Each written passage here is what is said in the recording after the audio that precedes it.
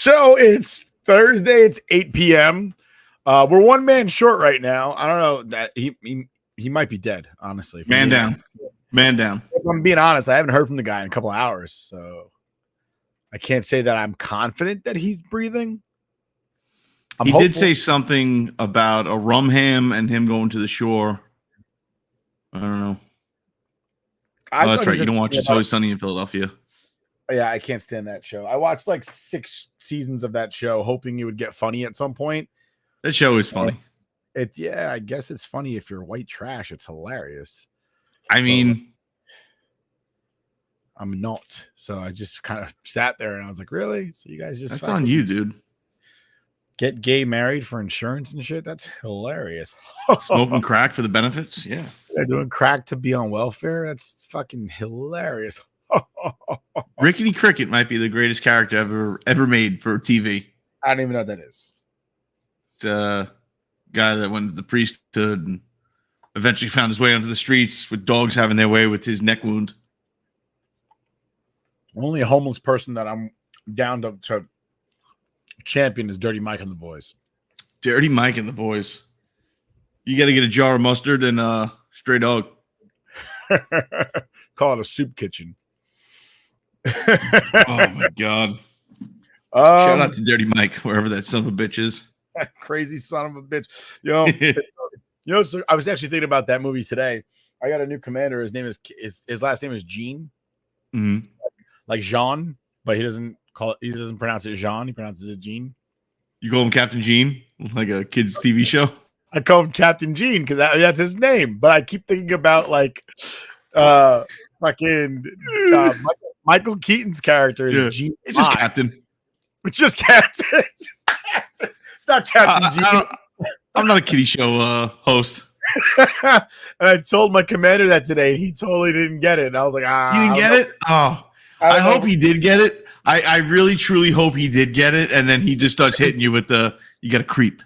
You don't say creep twice like that unless you're referencing TLC. I swear, I really do. I think he might just be really professional. Nothing wrong with professionalism. Alive. He's alive. I wasn't sure. We hadn't heard from the son of a bitch. He's alive though. He looks better than ever. Jesus. What's up, fellas? Hey, how's it going, fella? We thought you died. Nah, we took the girls out for ice cream. Sienna had a swim lesson today. She's her second one, and she's swimming on the water already. So we're very proud of her. Gave us a little ice cream treat, little family outing, and then we realized it's very late. And you gave your daughter ice cream because you didn't allow her to drown? Is what you're saying? Well, no, she actually swim lesson. I do not do the swim lessons. I'm just saying, when you break it down, it's like, here's ice cream because you survived. You're still here. You survived. I mean, if there's any other reason to have ice cream, that would be it. Like, Survivor ice cream is the best. And you notice too, like obviously it's the first time seeing her do that, and the entire time just like come up for air. And oh my god, she's totally fine though. Like, hold on, you're only teaching your daughter how to swim now? Well, we tried last year. She always had like the floaty on, and then we should have done it. I know, I agree with you. We should have done it earlier. It's our fault. Well, I'm just saying, like my nephew got thrown in the water when he was like a year. My sister was like, "Great, time to learn the hard way, boy." Yeah, I mean, we thought about that, but I don't know. I just feel like she's so young. I didn't want to do it, but she's like a fish out there. So he was a year old. My sister put him in the water, and she's like, "You're about to feel this shit, boy."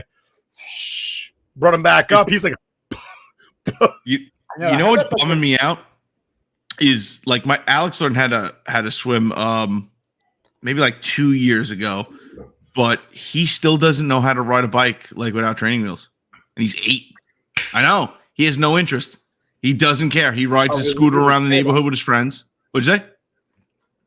He doesn't care about riding a bike, though. That's why he doesn't, dude. Him and all his friends, they ride their little scooters around the neighborhood. He has no want or need to ride a bike. Like it irks the hell out of me. I'm like, dude, how do you not know how to ride a bike yet? I was like, I'm failing as a dad. It's overrated, Alex. I'm 36. And I can't ride a bike either, apparently. That's true. Yeah, Rook can't ride a bike. Me and him went to Nashville. I was like, dude, let's get these pedal assist bikes and fucking go, because we were far away from the hotel. Like, it was hilly. Never going to get an Uber out here. No, I knew how to ride a bike. It's very hilly. I couldn't. Every time I stopped, dude, it was pedal fucking assist I don't want to hear about how hilly it was. There's pedal assist. That means it's electric. And all you got to do is keep the pedals going with very minimal effort, and it goes. The problem was when every time we stopped at a red light, I had to like pump myself back onto it and get going again. And I couldn't remember how to At one point, I turned around and he's pushing the bike. I was tired. And I was literally sitting there like, that bike's destiny is to be ridden, not to be pushed. What are you doing, Phoebe? I just couldn't get the start up again. You know, when you put the pedal on and you start going, I don't know. I couldn't do it for some reason. This story reminds me of the little engine that could, but the Major Payne version. It's like until Charlie rigged the bridge with explosives. Bam! That's all you did to my friend.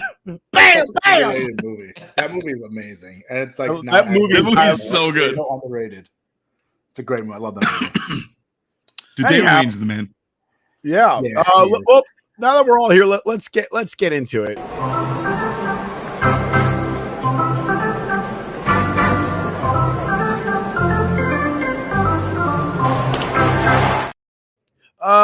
So New York baseball is weird. Baseball is a weird sport. It's got a long season, and the reason it has a very long season generally is because it used to be that the playoffs were like not existent. Basically, they divided the league into two sides, East and West, or East and West, and you had to win your division in order to get to the pennant, and then you had to win your league. I mean, because baseball generally back up until about almost 30 years ago, almost 29 years ago, baseball was league driven, where they had separate umpires for each league, almost like college football, where college football has conferences like the SEC, Big Ten. Power 5 conferences, and each conference has their own officiating crew.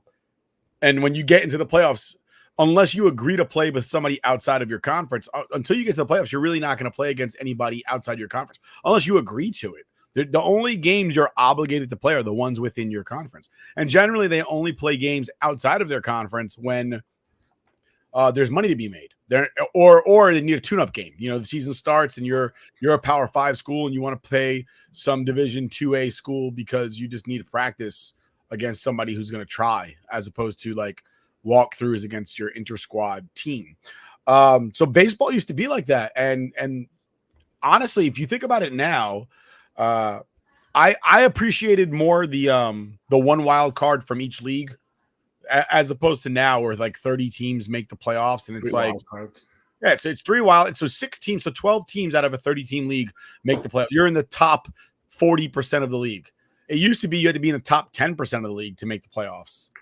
When they did it too, it used to be just a 1 game. Now it's a 3-game playoff for each wild cards. Well, I never liked the 2 wild cards. I never liked that crap. Actually, you didn't realize that's even worse though. If you're the worst division winner, you have to play in the wild card weekend. It's like there's no benefit to being a division winner sometimes. I just don't understand. Like I do understand because there's money involved, but quite frankly, like and TJ keeps saying, well, they need to make the season shorter. I said they could just get rid of those playoffs, and then the last month of the season becomes like the playoffs. Yeah, which is what it used to be. That's what it comes down to. You have like 2 teams like vying, or 2 or 3 teams vying for a playoff position in September, and you know, you'll always have those 1 or 2 teams in every sport that the last quarter of the season just does not matter. They're the bum team, and you're sitting there going, oh, but what happens if the team that's in the playoff run? That's just the play. Like everybody's schedule and within their division is equal. There's nobody that's sitting there playing their division unless you're playing outside the league. So like the Yankees will play the Mets, and maybe Tampa Bay may not play the Mets that year, but it's very unlikely that actually happens. But like this whole like everybody making the playoffs things is really ridiculous. And I think TJ is correct that when it gets to the point where 12 teams are making the playoffs, it makes the season being 162 games just kind of ridiculous because it means nothing. It used to be that you played the 162, you made it to the pennant, and then like the top 2 teams in the season played in the World Series, or the top 4 teams in the season played in the playoffs, and then the top 2 teams out of those they played in the World Series, and that was it. And now we've gotten to this mode where like it really doesn't matter who wins or loses, and they did it like a lot like football and basketball and hockey to a degree, where you get to the playoffs, all you got to do is eke in, and it becomes a crapshoot. And you're just like, all right, whatever. I was the best team in the league during the season, and it literally means absolutely nothing come October. So, like, we're watching games right now, and your team might be doing great right now. Your team might be doing awful right now. Yeah, it really doesn't mean anything, because all you got to do is accidentally make the playoffs, and you're good. It's a great season. Well, the thing is, the Yankees are at 52 wins. I mean, obviously not ideal with the start they had, but this is a horrible stretch. They're 9-12. They're gonna be 9-13. I mean, sorry, 10-13 after this game in the last 13 games. But currently getting blown out, what, 8-0 right now? It's 8-0. I mean, if they just win 38 games, they'll be a wild card team. Like 38 games in the next 3 months. Like it's what baseball is. As long as you play well at one point in the season and have a good run, which they did in May, it was incredible what they did. It's that. But the Yankees right now just are not a good baseball team. They're just completely falling apart. There's three guys that are playing well. Yeah, it's Volpe, Soto, and Judge, and the first three batters. Yeah, and then the rest of it's just Verdugo's 0 for 24 or something like that. You have Trevino is playing catcher, but everyone just runs on him now, so you have an issue at catcher now. All of a sudden, he can't throw a base runner out. But he could steal strikes. That's why he's back there with the whole one knee down bullshit. He's got the best stealing strikes fucking ever. That's great. The whole point of stealing strikes is to strike people out so that they can't advance the runner. Yeah. If the runner's going to end up on third base regardless, then what's the point of stealing strikes? And you might as well play Austin Wells at this point too, because he's got a bat. He's got a better bat than Trevino. At least give him a shot. And he's a lefty bat. I know people always go crazy about lefty bats. Also, by the way, whoever who went crazy about lefty bats last season, Verdugo's a lefty. He's 0 for 24. Doesn't matter if he's lefty or right. He's still 0 for whatever. He's 0 for the century right now.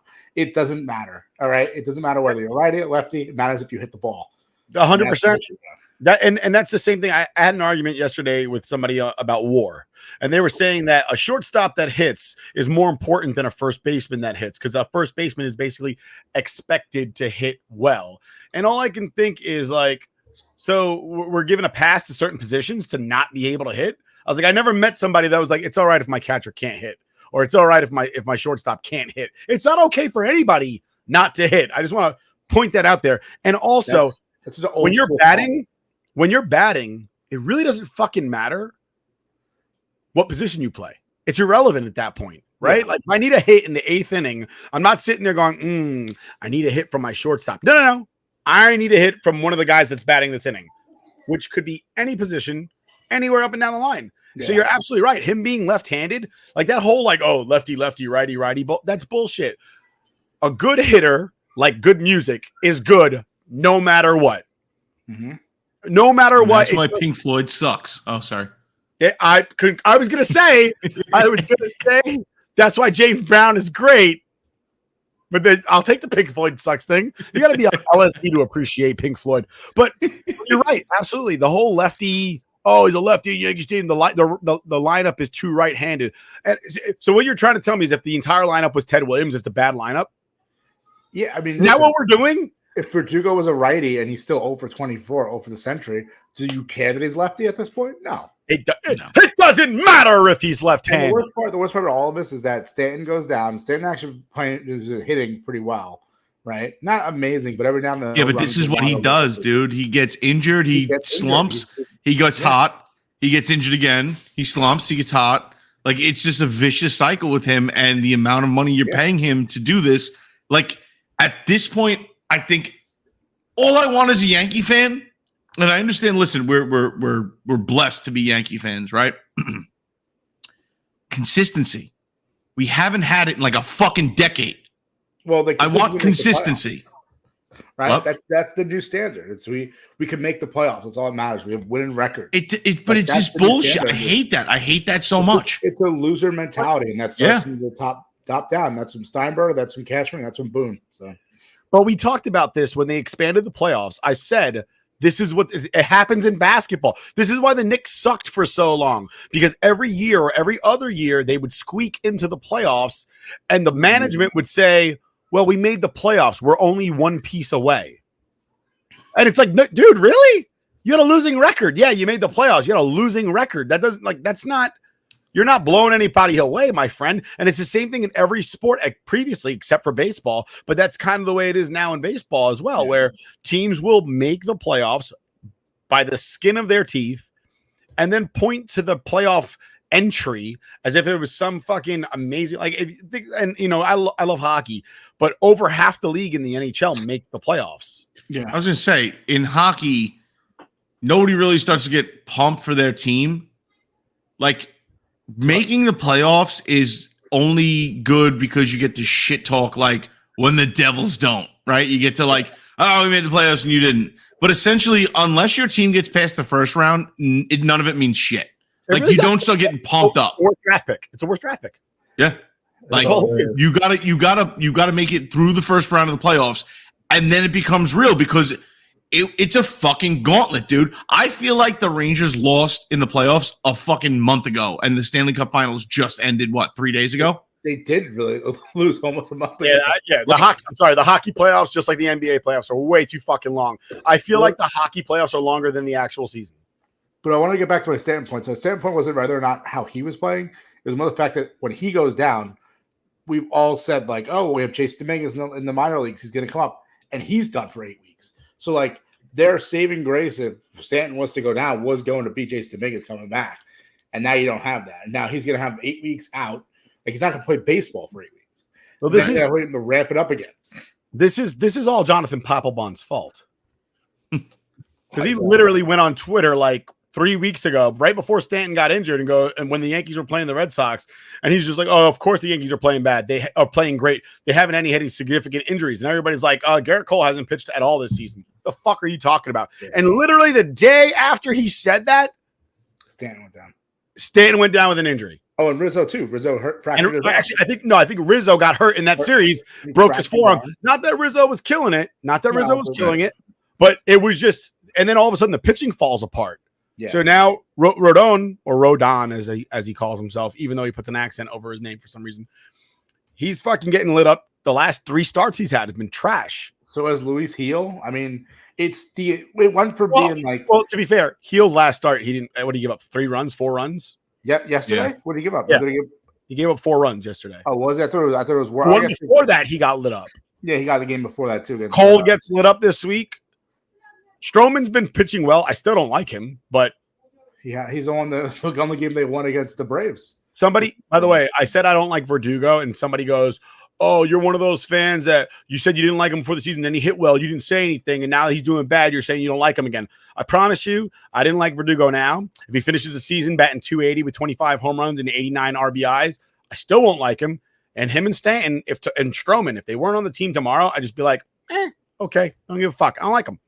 And we said it before that, even when Verdugo was doing well, we're like, we still don't like him. He's doing well. I just don't like his stupid face. I don't like his stupid face. I will say it's funny because Matt Blake went from being like, wow, this guy's a pitching guru. Look what he's done with Stroman and Heel and Rodon. He's fixed everything. And now it looks like an absolute, because this starts from the starting rotation. Like when you start a game out and like the bottom of the first, top of the first, whatever it is, and you're giving up runs in the first inning, it's not backbreaking, but it's just a bad feeling. Like if you're pitching, you give up a run right there. If you're on the team, you're like, oh, we're already down.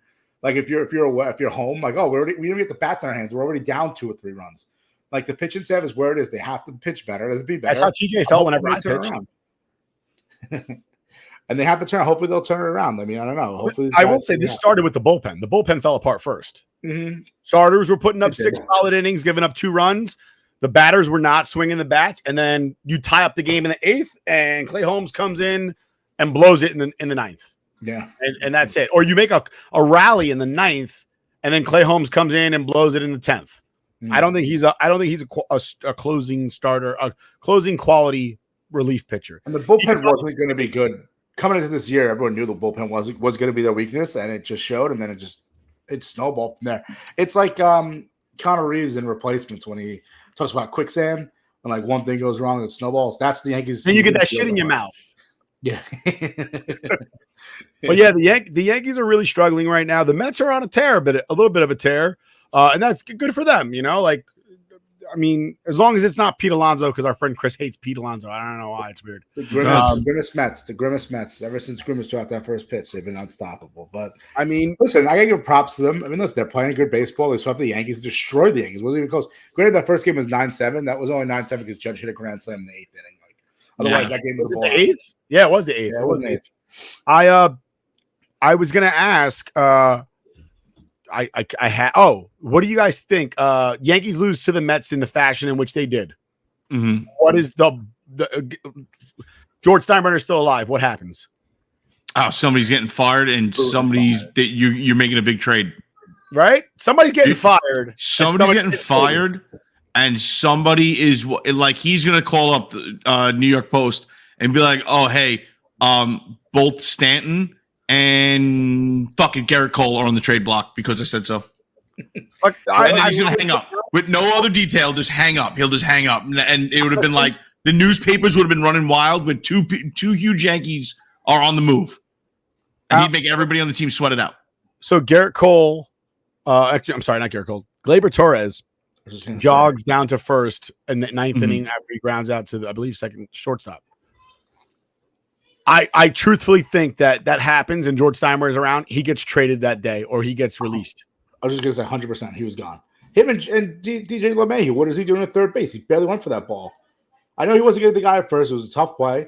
The guy was probably already at first base, but what the hell are you doing? You get the second time with double. And don't get me wrong. I don't want people to think that I think that George Steinbrenner was this amazing genius of an owner. He was not. He made a lot of mistakes along the way. But there's no question whatsoever about what his ambition was as owner of the New York Yankees. His ambition was not to make money.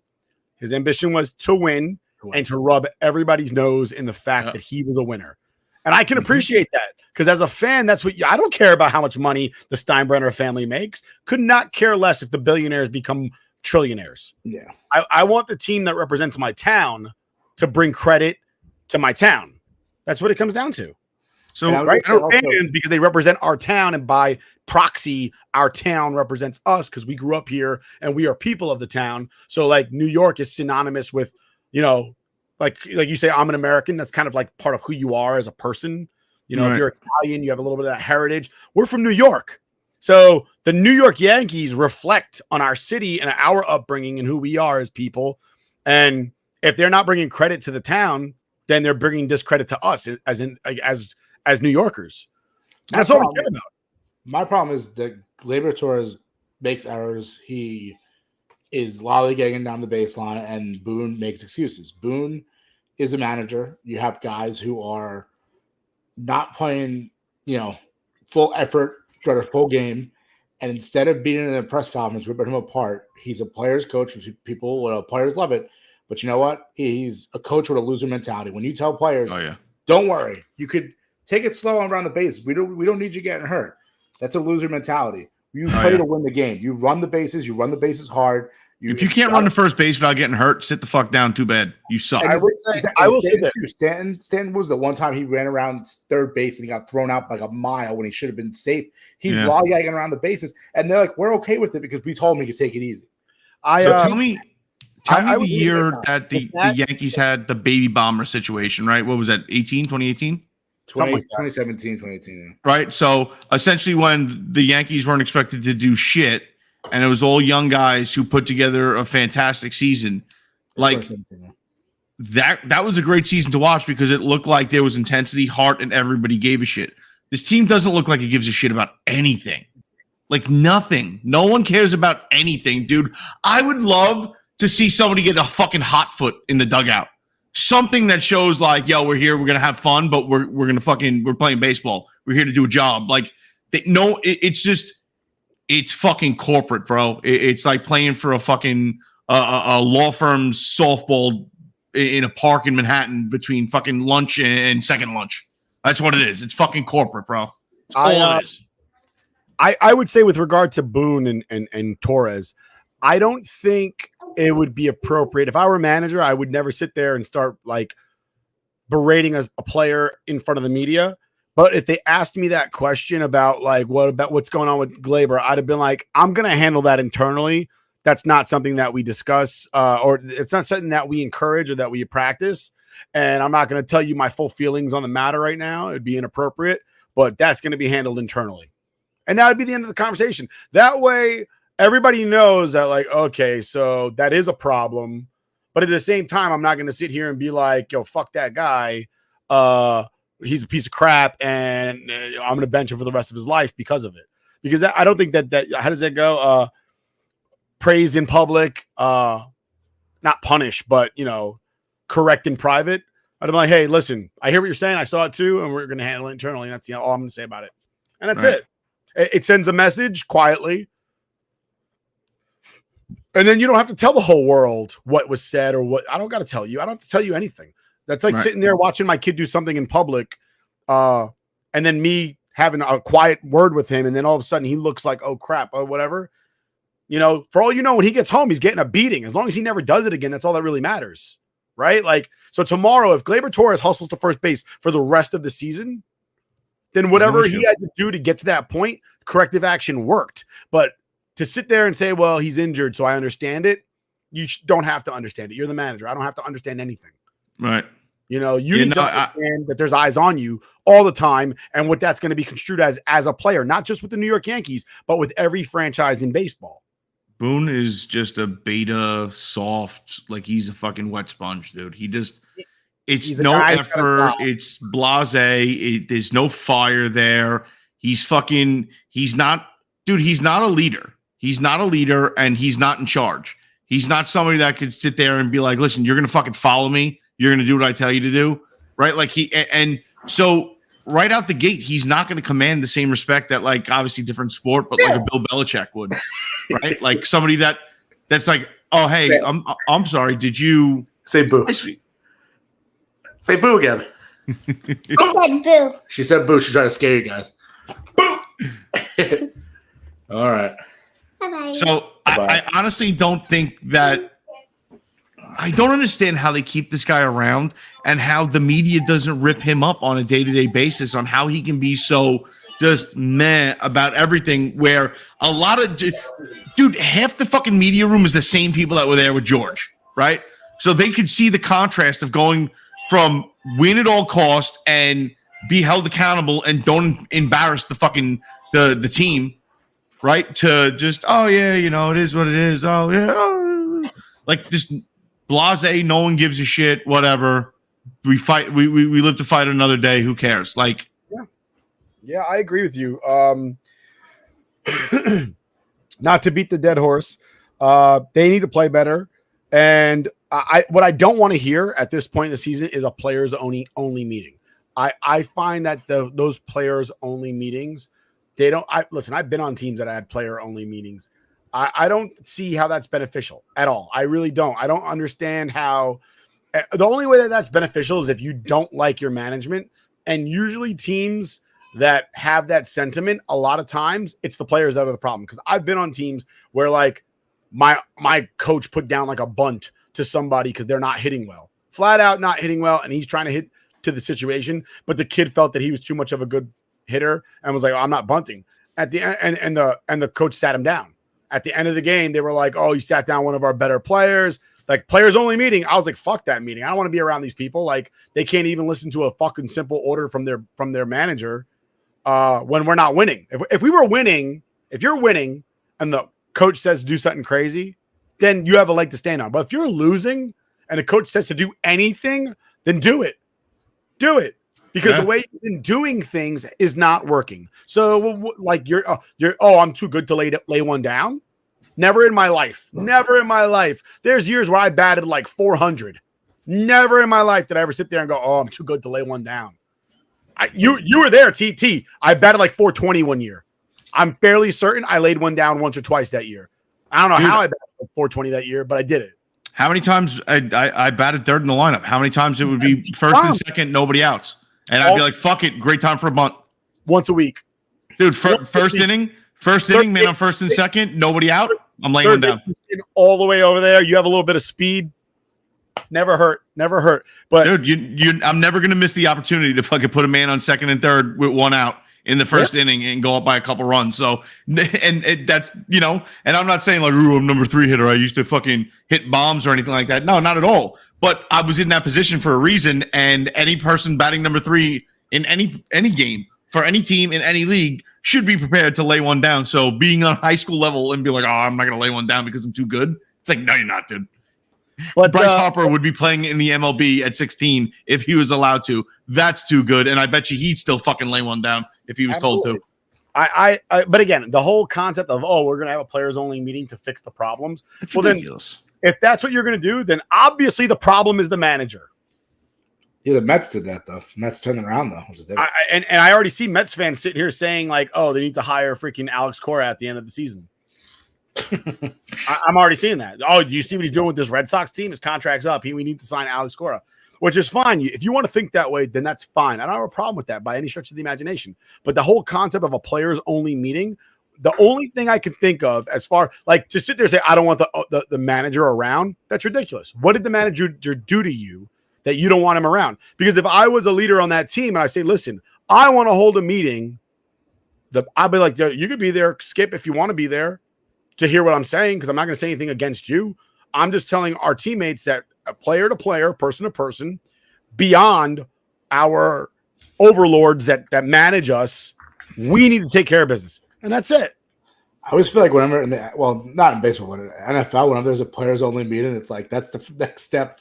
The first step before a coach gets fired. It's always, clearly, I don't need you. Yeah, it's like, oh, the Giants held a players only meeting recently. We heard about, and like the next week, McAdoo's like fired. It's like players only. Like, listen, as a leader, your job is to provide. Conditions, right? Motivation and direction. So you tell them like, this is what we're trying to do.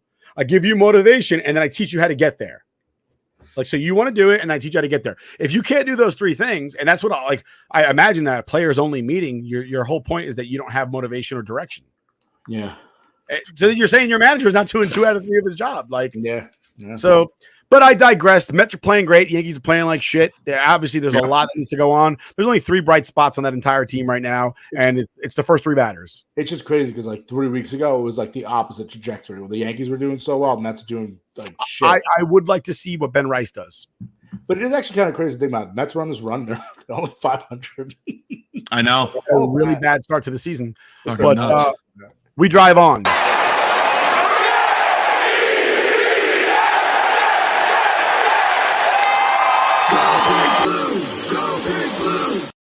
So I wanted to talk about this last week. We didn't get a chance to talk about football too much. It was more toward the end of the show. Football.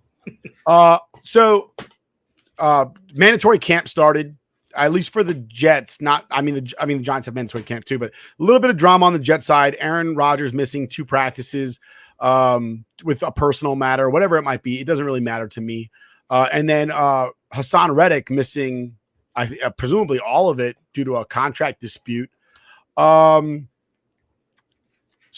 my question to you guys is this a big deal? No, not yet. Aaron Rodgers. It's just fucking New York media they need something to talk about, especially negative about the Jets. You got to be negative about the Jets. Aaron Rodgers was all in last year, and look what happened. So, I mean, like Aaron Rodgers went to every single voluntary everything camp for like a month before the mandatory. Oh, he missed 2 mandatory ones. Oh, burn the place down. The whole world is raining. Think about that too. The only issue they had, I think, really, the Jets did it to themselves. The Jets knew he was going away. They talked about it. They knew he wasn't going to be there. That should have been out in the media like 2 or 3 days before. Like, listen, Aaron Rodgers has shown up. He has a planned vacation. Not a big deal. We said it's okay. He's going to go away. I think they said it wasn't okay. I thought they said it was okay. I could have sworn I saw something that said that Robert Saleh was like, yeah, I was aware he wasn't going to be here, and I told him it wasn't cool. Oh, really? I don't know. I thought they were I'm pretty sure. double check. That's what was discussed. Not for nothing, though. To play devil's advocate real quick, like, what are you going to do? You're going to bring back Zach Wilson? Shut the fuck up. We both know I'm going to be under center. I could fucking come in here every day and not wear pants. I'm going to be playing quarterback Robert Saleh, and your fucking job is 100% on the fucking line. Yeah. So shut the fuck up. And he's what? He he knows the playbook. He knows it's his guy. Was Hackett's his guy? Yeah. He knows the playbook from the Packers. He doesn't. He's the one person who knows how to unlock that playbook, right? Because everyone else has been Hackett has been terrible. But for some reason, Aaron Rodgers just knows that's the playbook and it works for them. So listen, we'll see. We'll see if it works for him because it didn't work fucking last year. So I'm saying, well, it wasn't Rodgers. Yeah. Rodgers for some reason unlocks Hackett's playbook. I don't know why. With regard to him missing the mandatory camps, basically the conversation was that like they knew he wasn't going to be there, but they felt like the reason wasn't valid enough that if they said, yeah, it's cool, that they could maintain control over the rest of the locker room. Which I get what that means, because basically if you tell Aaron Rodgers that he's allowed to miss it because he's going to Six Flags for 2 days, then why can't the third string cornerback or safety do it? Like, why is it that the starting quarterback gets to miss the first 2 days of mandatory camp because he's going to fucking Disneyland, but I can't do that with my family? And that makes sense. I understand that. It makes sense. That whole argument of, well, he's the quarterback, he's going to the Hall of Fame. You ain't doing dick. When you're that great, you lose in the front. It makes sense, right? And I'm all about fairness, but we'll sit here and the media will call out Aaron Rodgers for missing 2 mandatory practices, but we'll sit there idly by knowing, like, let's say in the NBA, if the 2 stars on the team decide, fuck this coach, he's fired. That coach is fired. Oh, no, absolutely. Listen, you know what I mean? Like, so it's just, I just hate what the fucking media will spin things to fucking villainize people, to drum up a storyline that they want to kind of control the narrative. Fuck you. Right. I don't give a shit. I don't care if Aaron Rodgers was outside the stadium, literally choosing every 5th person and punching them in the fucking face. I don't care if I was one of the people that got punched in the face. If he fucking wins football games, who gives a shit? Let him punch fucking puppies. If he punches TJ in the face and we win football games because of it, TJ's going to have a black and blue face for a long chunk of the year. Dude, I would be literally just at that guy's fucking house at 1 o'clock in the morning, like knocking on his door. Like, I figured we'd make it worth it. You're good and mad? Oh, yeah, let's get the W. TJ would be like, Rodgers! But my point is that the Jets didn't bless off on it. And the reason was because it wasn't a valid enough reason that they could justify it to the rest of the team. Why, you have that one asshole that goes, well, where's Aaron? And you could lie, but that's not good. As a leader, it's not good to lie. And then we probably should have just been like, hey, he's not going to be here. We're not okay with it, but he's not going to be here. That's what happened. They did do it. That's what happened. They were like, where's Aaron? He's like, he's not going to be here. We discussed it. We didn't bless it, but he's not going to be here. No, but on the day of, I'm saying you should have jumped out. No, on the day of. That's what happened. They should have didn't do it ahead of time before and been like, hey, listen, Aaron's not going to be here, just so you know. No, because then it becomes a story for those 2 extra days, man. The media is not going to let that go. They're not. I don't know. The media cycle. He's not going to be here. There's always like another story that pops up. You do it on a Friday. If you put it on a Friday afternoon, it's not going to be there on a Tuesday. I mean, it's going to be a question on Tuesday afternoon, but they're going to talk about it Friday, Saturday, Sunday, Monday, and Tuesday. Now they're just talking about it Monday through Friday. Something else is going to happen bigger during that weekend. That's going to nothing. Dude, I got something bigger going on right now in Jets world. Okay, Sauce Gardner took up golf. It's huge. That is awesome, right? Dude, wait, real quick, TJ, as a Jets fan, do you love Sauce? Because I love Sauce. Absolutely.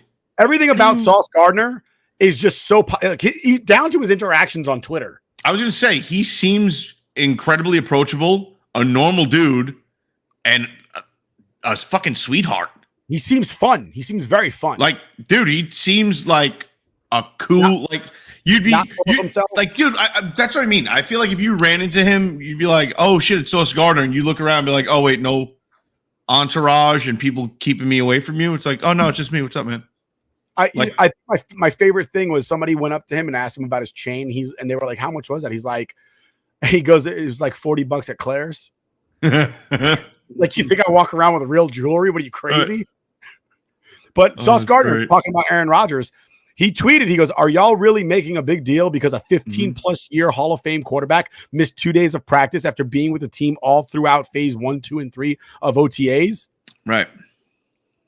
GG's, I imagine mean good God or something like that. Good gracious.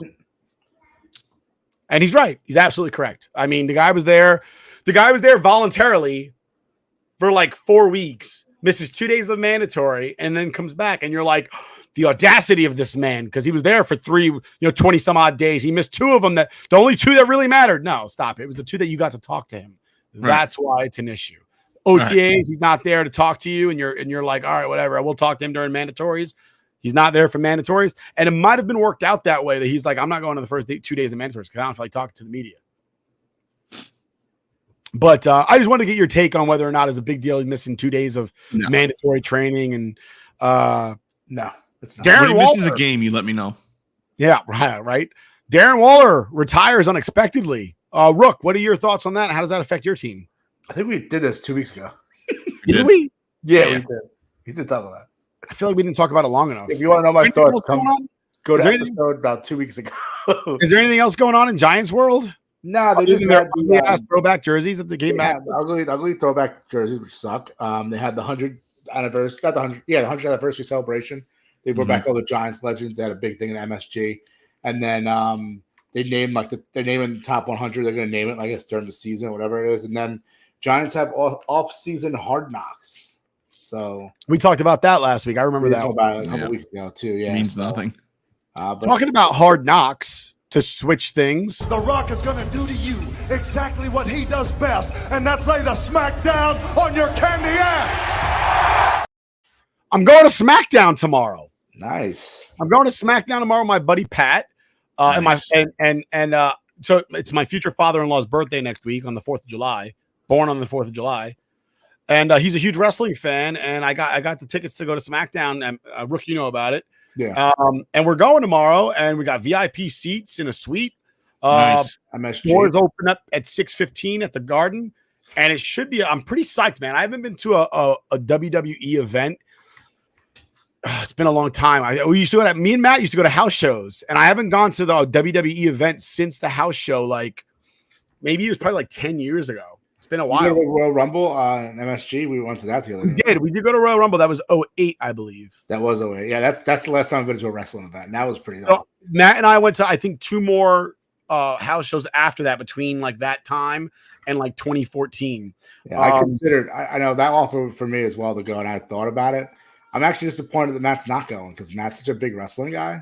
Well, he's going to Massachusetts. Oh, is that what it was? Yeah, he's going to Boston. He's going with Rich and the ladies. The ladies are going to go see Justin Timberlake, fresh off a DUI. And ironically enough, Raw is in Boston on Monday. Oh, is it really? Oh, yeah. That's actually kind of cool. So he's going. All right. I give him that. I didn't realize he's going to go get plastered with Rich in Beantown while they're. I just hope he's not wearing his Yankee hat that he wore in high school. Our buddy Matt over there at Wrestling Addicts. We got to get together and do a show soon. Hopefully next week we do a little show, a little Wrestling Addicts show about my experience at SmackDown. Now that, when I was younger, wrestling's always been a production, but now it's gotten to this like grandiose, like almost like every show is like a spectacle, So I look forward to seeing it, see what it looks like. I'm actually looking forward to the dark matches. Because I'm sorry, but I just don't like the on-air personalities for the most part. I don't find them to be interesting or edgy at all. A lot of it is the same old antiquated heel versus face storytelling that they just did in the 80s. A lot of that Bret Hart style of wrestling, which I don't really care for. Like Gunther is a Bret Hart style wrestling kind of guy. Whenever you say he's a technical wrestler, so you mean that he does nothing interesting whatsoever. Right. He does very precisely. Cool. Wow. He's good at holds. That's it. Holds. Oh, great. We get to see 2 guys roll on the floor and hump each other. Come on, let's get to the big story. Come on, you know what the big story is. Come on. TJ's gonna leave us, but this is the big story in New York. Come on. Oh, Jesus. Give it to me. Give it to me.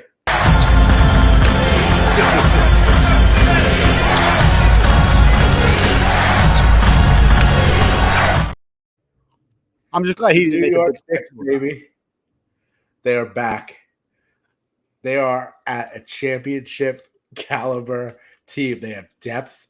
They trade away Bogdanovich, if I don't know if I said that right, but with a bunch of picks, the 6 first-round picks to get Mikal Bridges, to get the last Infinity Stone for the Villanova Wildcats. With Mikal Bridges joining with his former teammates in college, Josh Hart, Jalen Brunson, and Dante DiVincenzo. And this move is fantastic. And then following that, the next day we have OG Anunoby signing up for 5 years $200 and something million because they have the bird rights. The Knicks are able to go over the salary cap, to pay him the max money they can possibly give him because of the bird rights, which is awesome. So now you have OG Anunoby, who plays amazing defense, two-way player. You have Mikal Bridges, who's basically an Iron Man in basketball. He has not missed a game since he started his career. Thibodeau loves that.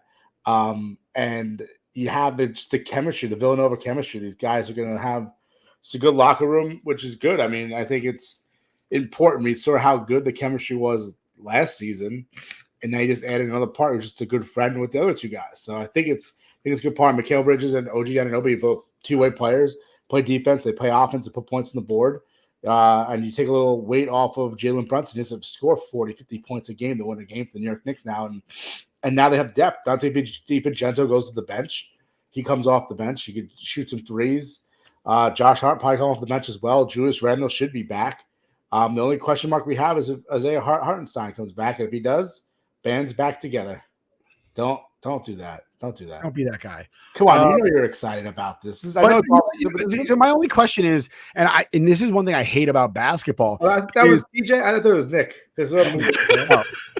Four unprotected first round picks and a 2025 protected first round pick. It's like, why do they even have a draft in basketball anymore? Only the fucking top 4 guys that get drafted are worth anything. Everybody else is just like, okay, I got drafted. Awesome. I'm going to end up in the G League for the rest of my life. And this draft was one of the worst drafts. There was nobody out of the draft that you were like, oh, that's the guy you got that you can't miss on. Bronny James to the Lakers. Did he get drafted by Lakers? They were talking about them taking him in number 25 or something like that. Yeah, but that already passed. Today was the second round there. I don't know. No, second 25 in the second round. Oh, I don't know if that actually happened. But I'm not. Yep, they did. They Los Angeles Lakers select Bronny James, son of LeBron James, with number 55 pick in the NBA draft. And that's nepotism. Just so everyone knows. That's absolutely. Well, supposedly his agent was calling up teams saying, "Don't bother, or he'll play in Australia," some shit like that. Oh, really? He's a nepo. That's what was spread around Twitter today. That the Lakers. So basketball's fucking weird. If anybody drafted him, it was to trade him to the Lakers, just to rob the Lakers. That's all they were doing it for. Oh yeah, I'm sure. Like, my son's gonna play for me, but I don't think anybody wanted him. Like nobody wanted him. Let's just call a spade a spade. He was not good enough to play in the NBA. He is not good enough to play in the NBA. He is literally a nepo baby, like Roman Reigns and fucking The Rock's daughter that's on NXT, who looks like The Rock, and I do not mean that as a compliment. Oh, who's the one? What was it recently? The Lion King. They had was at Northwest sang in the Lion. Yes, King. Another nepo baby. Yes, yeah. It looked like a high school production. And it was terrible. No, it wasn't Northwest. It was Blue.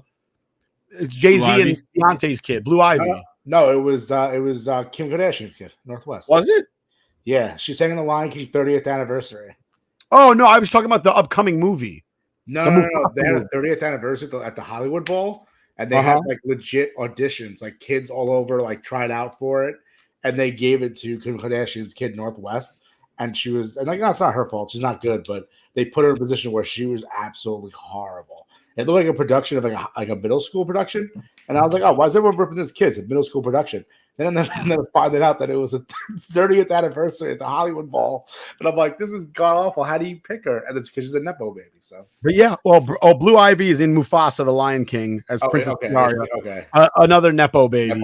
But we drive on. Hopefully the Knicks stay healthy next season and they can put on a show for us and we can root for them in the playoffs again. Driving on. Whiskey of the Week. I want to try something new. Let's do two things at once right now because we've only got a short bit of time. I want to talk about this while we drink our whiskey. I'm not drinking whiskey tonight. I ate a pint of ice cream just now. I don't think mixing it with whiskey would be a good look. I have a summer shandy today. That's a good beer. Fucking Stanley Cup finals over. Yeah, finally. And unfortunately, the Florida Panthers won. Wait, honestly, when it is hot out, these beers are cold. They go down like water. These are amazing during the summertime. But anyway, go ahead. Well, any beer is that. I mean, come on. These are special. Oh, stop it. Lemon in it. It's really good. Oh, just grab a Mike's hard. Cut your shit. For your summer barbecues. So yeah, where were we at? He just threw me off with his fucking the beers are ice cold. They go good. The Stanley Cup. Yeah, sorry. Dude, it's gonna go down as like one of the most forgettable Stanley Cups that nobody gave a fuck about. Everybody was rooting for the Oilers, right? Everybody wanted that crazy comeback story. Yeah. The Florida Panthers, dude, did you see they were celebrating in a bar with like 30 people outside?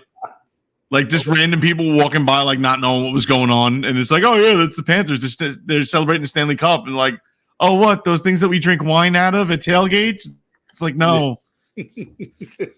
Fucking nobody cared. No one fucking cared, bro. It was hilarious. They win the Stanley Cup at a raffle? What color is it? Yeah, honestly, the only good thing about this is maybe Florida fucking, gets a little lackadaisical because, they were a phenomenal team this year. They were a beast last year. So maybe they sit back on their haunches a little bit and Rangers pull back on the intensity because they were just fucking everybody up at the end there. Mm-hmm. So, but listen, good for them. Congratulations. What's your whiskey? Oh, my whiskey is Calumet Farm 15-year-old. 15, pretty old for a whiskey. But 15 also with the presidential debate. Too old to be taking a shower with, Joe. I had to. Nick was like, don't. I was like, I fucking have to. I don't give a shit. Dude, like the presidential debate tonight, honestly, like not to get political, I'm looking forward to it. Like it's a Conor McGregor fight. Like I'm just there for shit talking. Like I'm just going to sit there and drink and just watch the shit talking. But anyway, back to the Calumet Farm 15. Smooth, really sweet. The age really mellows it out though. So this thing is going off at 105 proof. And it is not a hot whiskey. It does not, you definitely don't get any bite out of it.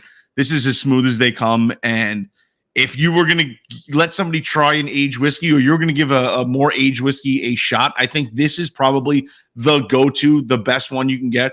15 years old, and you can readily pick this up for about $150 normally at any liquor store. They normally don't upcharge Calumet Farms, and it is just such a great bottle. Honestly, I this is tastier than the Pappy Van Winkle 12-year lot B that I have in there. What is it called? Calumet Farm? Calumet Farm.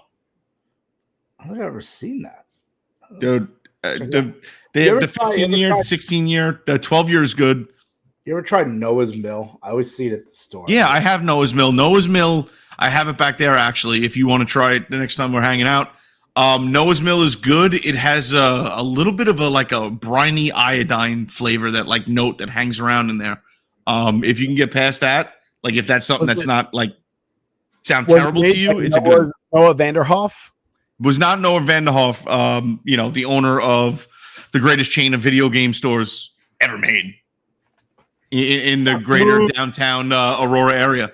Yeah, come bust a move where the games are played. It's chill, it's fresh, it's Noah's Arcade. And speaking of arcade, we were talking. Obviously, I was talking about this. It's one of my favorite sports video games coming out again after a long, almost like a 10-year hiatus. College football. They changed the name. It used to be called NCAA football by EA Sports. Now it's college football by EA Sports. That's coming out again next month. It's one of my favorite games. What are your guys' favorite sports games to play, whether it be something like PGA Tour, NHL, or Madden, MVP, which they haven't made MVP in forever. But that was the last baseball game I played. Yeah, I liked the show. The show's fun. I haven't bought a video game in such a long time. I'm probably going to buy the college football Madden package because I do like playing football games, but I don't know. Maybe I probably will. I used to love playing college football, though. That used to be fun. I really loved when it was NCAA. I loved the fact that you could do the Heisman Trophy thing where you could create a player and go play for the Heisman. Yeah. But I also like the fact that you could take a really bad school and turn it into a 5-star juggernaut, and then you could take those players and draft them in Madden. So you could literally play like a whole career from an 18-year-old until you're like 40 years old in football and like win every single trophy. And if I remember right, back then it would say in Madden if you won the Heisman Trophy in college. Oh, really? It would go like, oh yeah, this guy won the Maxwell, the Heisman, and then he went on to be like MVP, Super Bowl MVP, Pro Bowler, and you're like, oh wow, just basically just did everything in football. And what I really loved about college football is that there were no like in Madden, if you play defense, you can't play quarterback. Like that's just not possible. If you play linebacker, you can play tight end for some reason. But in NCAA football, dude, you could be a fucking defensive end, play wide receiver, running back, offensive line, quarterback, whatever you wanted to do. Like I used to throw the fucking sliders all the way down, play as a cornerback. I'd be the cornerback, punt returner, kick returner.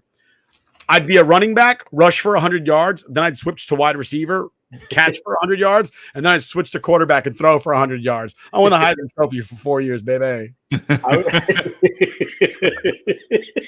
much fun that is? Do you know how much fun that is? And you do it. I used to play with the Army. The only person that won 4 straight Heisman. Dude, Brooke, can you just see Nick sitting there playing his video game? Like, and when he's done with that, he's like, I'm the fucking best. Everybody loves me. With the sliders all the way down, baby. Listen, you want to talk shit so bad, and there's nobody. You go upstairs and tell Meredith, like, hey, did you win the Heisman 4 years in a row? I don't think so. That means you cooked dinner tonight. but I used to do it with like Army. So Army was like a cupcake school, and it turned it into a juggernaut because you could never win the national championship in that first year because you're a cupcake school. Yeah. So you got to play for like 2-3 years and be a good team, like undefeated for 2 years to even be in the conversation. So by the time I got to like season 3 or 4, now I'm starting to get ranked higher in the top 10-ish. Yeah, you know. I used to like playing. They had NCAA basketball, and I would take Wagner, I would take Wagner College, and I would make them win a national championship because it would never happen in life. Yeah, never happen in real life. Well, let's be fair. Back then, when they played NCAA basketball, like if you were good at basketball, you didn't play college. That's why JJ Redick looked like this stud. It was because he played against fucking scrubs in college because everybody that back then played like a season maybe of college basketball and then went straight to the NBA. And JJ Redick's like, yeah, I'm here for 4 years, 27 years old, playing against 17-year-old kids. 27. Him and Jason Williams that both turned out to be fucking bums in the NBA. I do have one more topic, but I know TJ was going to say something. I was going to say the PGA games I always enjoy, different courses and stuff like that. Oh, yeah. Those I always look forward to playing.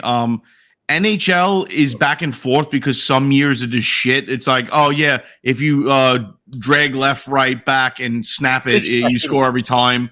Like those hacky goals ruined it for me.